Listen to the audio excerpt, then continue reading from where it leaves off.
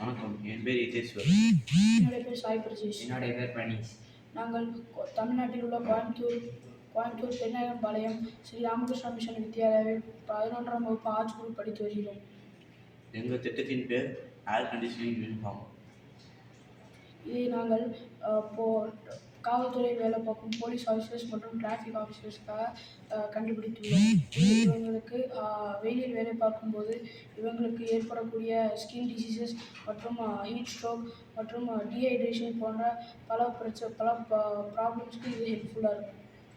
இந்த air conditioning uniform மின்சாரம் மற்றும் சென்சார் மூலம் உடல் வெப்பத்தை கட்டுப்படுத்தும்.